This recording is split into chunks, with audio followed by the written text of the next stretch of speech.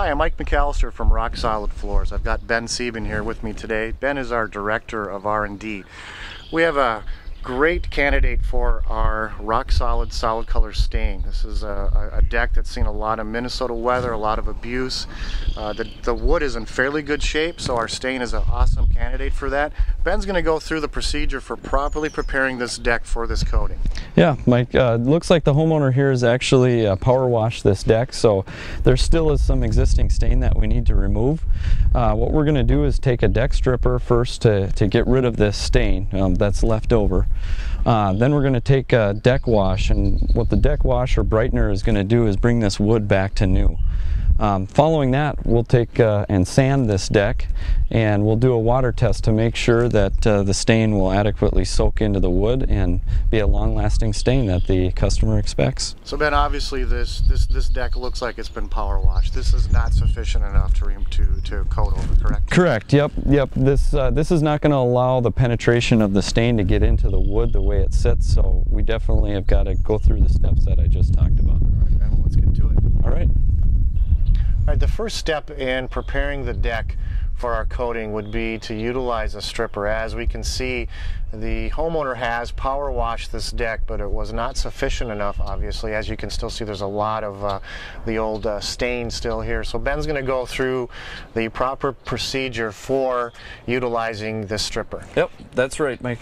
The wood stripper is designed to be used to eliminate previous latex, oil, or water-based paints or stains that are on any type of wood. The key attributes to this product is that it is eco-safe, very easy to use, and it's bleach-free. Very fast-acting product as well.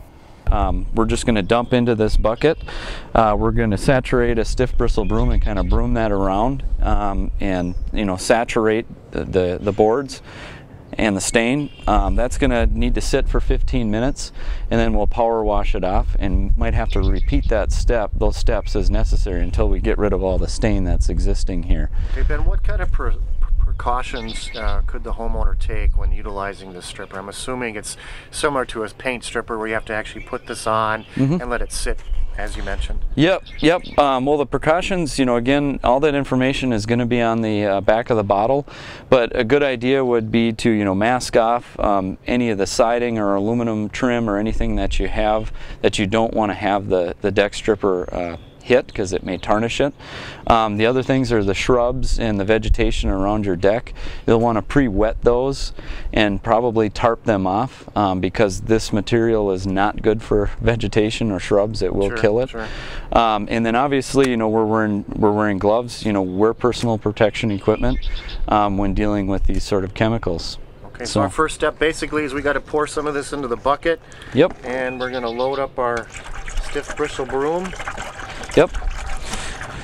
Before you do that, too, Mike, it'd be a good idea to sweep any of the loose pieces off that you have here, and take care of that first, and then I will saturate the broom.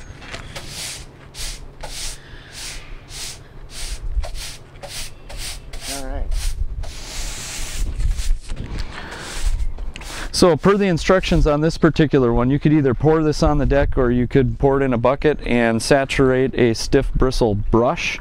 And so that's what I'm doing. And they're telling you to evenly apply this over the wood. Eliminate the stain. And you can aggressively scrub this stuff on. And this product has to actually sit to do its job, correct? Absolutely, okay. Absolutely. So the idea is that you apply, liberally on the deck boards, and let this sit for 15 minutes. If it is in direct sunlight, most of the manufacturers of a deck stripper will tell you to keep those areas moist with water. So it's always a good idea to have your garden hose handy to do that. All right, so we've let our deck stripper do its thing here for 15 minutes, Ben. All right. So what's our next step here? Well, so we applied it, stiff bristle broom. We removed as much stain as we possibly could, Mike. You can kind of see that there's still some stain left. What we're going to do now is we're going to take a pressure washer and pressure wash this off and get it as clean as possible. It may be that we might have to reapply the deck stripper to eliminate all of this. But I do want to make mention of something with the solid color stain deck preparation instructions, is that, you know, we're going to remove as much stain as we can. We're going to then use a deck wash, and we are going to follow that up with a sand. Okay. So again, you know, if there's a little bit of stain left, it's not the end of the world, because once we hit it with a sander, we're going to remove. Sanding will take care of it. Exactly. Sure. The third step of the deck preparation, we've done The sweeping. The sweeping of the debris. We've done our deck stripper, and we've power washed it, and now we're at the deck wash, if you will. Ben, can you go through the procedure for this? Sure. The next step would typically be to brighten, or to get the wood back to normal, or to looking fresh and new, and also to neutralize whatever chemicals were used in the stripping process. So you can use this as a maintenance product as well. Yeah. There are going to be some things that you need to do prep-wise before you use the deck wash. You know, mist and water the vegetation and shrubbery around your deck. Cover those. Cover any areas like siding or aluminum trim or anything like that that you don't want to. So basically anything you don't want this stuff to get on, cover up. Exactly. Okay. Yep. All right. Take those necessary precautions. PPE equipment, you know, gloves. make sure you've got gloves. Again, follow the manufacturer's guidelines on all that stuff. But today what we've got is a deck brightener that is going to be applied through a pump-up sprayer. Okay. Same sort of sprayers that you use, you know, when you spray for weeds and stuff like that in your lawn. Very easy to use, and I'll show you how it's done. Let's get to it. All right. So essentially you're spraying this out, and my job is to move it around with the broom here, right? Yep. The brush. Okay. The idea of the deck brightener and wash, and what it's designed to do, is it's designed to clean the wood and brighten the wood back up to its original form. And what it's doing is it's leaching out and taking out the mold and mildew and bacteria that's on the boards. Okay.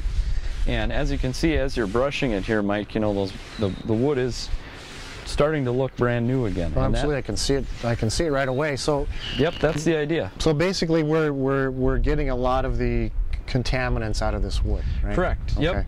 And essentially, for long-term adhesion, you know, what you're trying to do is you're trying to get rid of that dead layer of wood that's on the surface. Okay. Because if we try and bond something to that dead layer, what do you think will happen? It'll probably lift right off. Probably lift right off. Sure, So that's exactly why we're doing this. Okay, we've applied our deck wash, our brightener. What's next?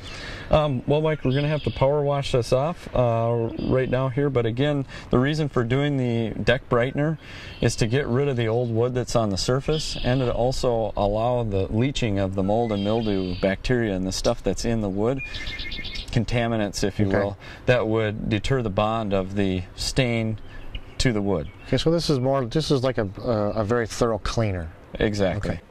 Okay, so we've just completed our deck wash, and we've power washed the deck. Now we got to do what's called a porosity test, right, Ben? Mm-hmm. So exactly, after the deck wash, the deck stripper and the deck wash, ideally what that's supposed to do is get rid of any of the stains or the sealers that are on the wood. And the way that we test that is with water. And what ideally, if the stripper and the deck wash did its job, the water will soak right into the wood.